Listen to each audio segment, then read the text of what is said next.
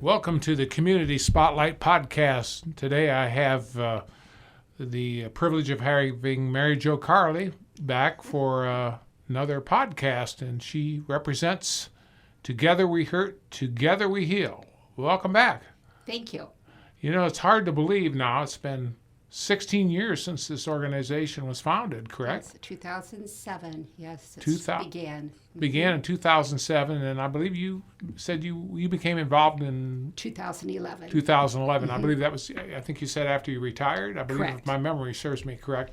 Yes. Sometimes my memory doesn't always serve me correctly, so that's why I said that. But you and I have interviewed on the old program I used to do, and now with the podcast. I've always enjoyed having you on, and you're really active in this field. For somebody that doesn't know what Together We Hurt, Together We Heal is, how in a nutshell would you explain it to them?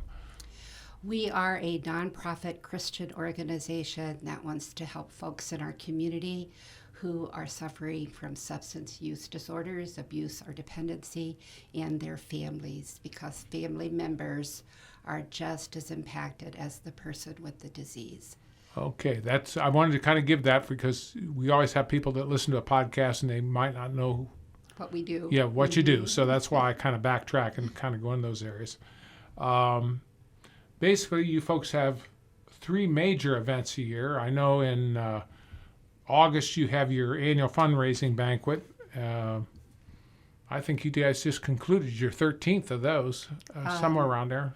Well, it would be it was our 12th because Okay, during 12th. COVID we could not do the Oh, banquet. that's right. That's Yes. right. You missed one there. Yes. So that's right. So, but that's your annual fundraiser, and I take it this year it was successful. It was very successful. We Okay. had a good turnout. Our speaker, Ray Banks, was excellent. A lot of people commented that they could relate to his story and what he was talking about. So it was very successful. Well, the reason I'm bringing up some of the past events that's happened and probably some in the future going to do is just to let folks know that this is just not one event you do, and you have a number of things going on. So that's why Correct. I'm kind of going down this trail, Yes. Mary Jo. Now, the second one I'm going to talk about is one that's coming up real soon. It's called the Community Care March. Well, why don't you enlighten our folks that's never been involved with this about this year's event? Our Community Care March this year is going to be Saturday, August the 14th, and we're doing it a little bit different this year. We're going to hold it at the Bucyrus High School. Okay. We're going to meet at the football field, the track area, at 8:30 to hand out shirts. And then the program will start about 10 till 9. The American Legion, Post 181 here in town, is going to come and present the flag. We have United in Harmony joining us. They're going to lead us in the national anthem, and then they're going to sing a couple more songs for us. And then we'll do our welcome, and Pastor Rebon from Father's Heart Healing Center is going to do the opening prayer. Then we're going to, those that want to, we're going to walk around the track. I know for some people, myself included, I sometimes have difficulty walking long distances, so they could just be a bystander and watch the other folks walk. And then we're going to go into the high school area little theater, where our speaker, Angela Hampton, is going to be presenting information about family addiction, the impact of overdose, because she did lose her son who was in recovery and relapsed and died. And then she just wants to talk about the stigma around addiction and mental health, and how folks with addiction, majority of them also have a mental health issue, depression, anxiety, something like that. So I think you'll really enjoy our speaker. We're also going to have resource tables from the community so that if you have questions, there's going to be a lot of folks that you can talk to. Cornerstone of Hope will be there. NAMI, which is the National Alliance on Mental Illness. Obviously, we're going to have our table there. Freedom Recovery from Galleon, which is a treatment facility. Behavioral Concepts here in Bucyrus, which is another outpatient treatment agency. The Suicide Prevention Coalition is going to be there. the Mid-Ohio Traumatic Loss Response Team will be there. And Dr. Novak is going to join us with his Avita Addiction Recovery Program. So there's going to be a lot of information for the folks that may want it. Plus, we're going to be doing Narcan, and everybody that wants a free Narcan kit will be able to get it before they leave. Well, I'll tell you, it sounds like a full agenda for that day on Saturday, October 14th for the Community Care March, which is going to take place out at the Bucyrus High School facility.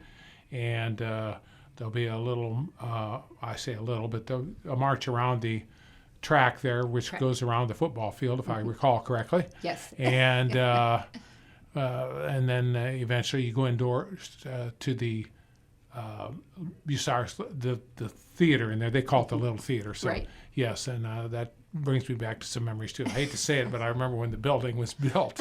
So, and when they first graduated, I think I was might have been first class. It actually graduated through that whole building, but I don't recall. I don't think I better go down that trail too long. So anyhow, October 14th, 9 o'clock it starts. But if you want a T-shirt and whatever, because those you give away first come, first serve, and once they're gone, they're gone. They're gone. Correct. Okay. Just trying to make sure that people understand that. And there's plenty of activities that day, and. By the way, if somebody wants to know more about this, you've got a Facebook site, correct? Or? Yes, we do. You can go on Facebook, leave us a message, and we'll get back with you. Okay. Yes. That's probably the best way to handle it. I didn't know what else you had for social media or something if somebody else wanted to check in. Or we usually use Facebook. Okay. That's what most people are comfortable with. I think that would make a lot of sense. Mm-hmm.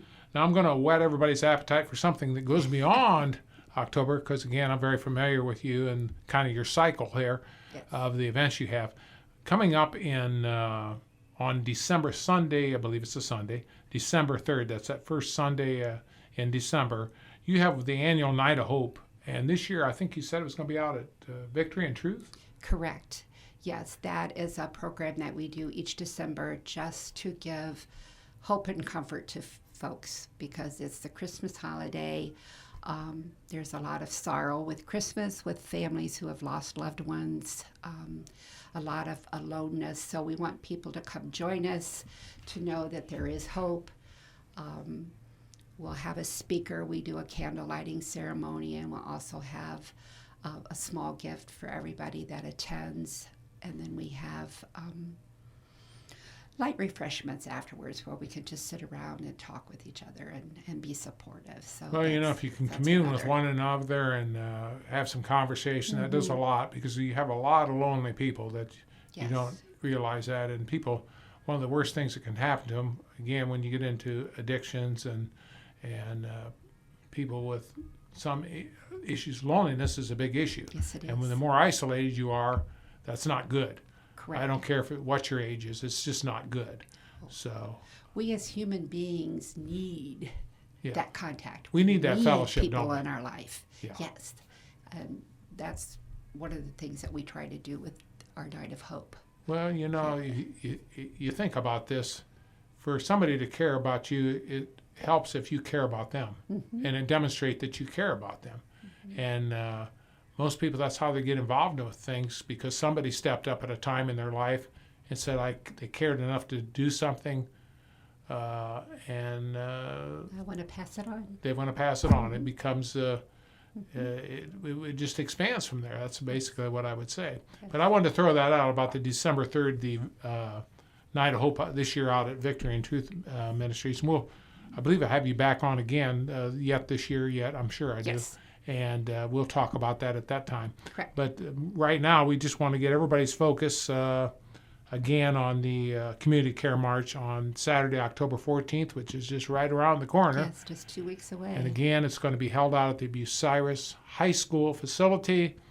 The walk, the community care, the march will take around will be around the track at the football field there. It's the track that goes around it.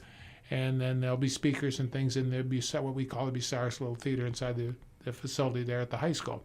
And you have plenty of more information people want to know about. They can pick it up on Facebook. Yes. And please join us. It just shows the community that you care. It's just a couple of hours out of your Saturday morning. We do it early so that it doesn't conflict with other things during the day. Yes. And I understand the Bucyrus homecoming is later that evening at the school, so we will be prompt with our time in there. But do come join us. You'll have a comfortable seat to sit in to hear our speaker, and lots of resources, as I said, and lots of people to talk to and answer any questions that may come up. Mary Jo, anything further you'd like to expound upon this morning before we end the podcast? I just want to say thank you for having us here, and I want to say thank you to our community, because our community does support the efforts of what Together We Hurt, Together We Heal do. We have a lot of folks that are behind the lines that assist with us, and I just want to say thank you to our community. Well, thank you for that optimistic and upbeat appraisal of the community. And there are people in our community that care. Sometimes Yes, there we are. kind of wonder, but once you get out into the public, and I know you're in the public quite a bit as well as I am, because I'm involved with so many things just like you are, that you see it. It's not like it's just a stagnant pond here. There's plenty of activity, but if we can get everybody to channel their activity in a positive way, we'll have a positive community, and we can go forth with that. But again, I want to thank Mary Jo Carle from Together We Hurt, Together We Heal for being the guest on today's Community Spotlight podcast. And we'll see you back. I think it's sometime in November. I'll come back late and pre-record you November. because, again, we'll be promoting the next event coming Yes, we will. after Okay. that. Thank you. you. Thank you, Mary Jo. Bye.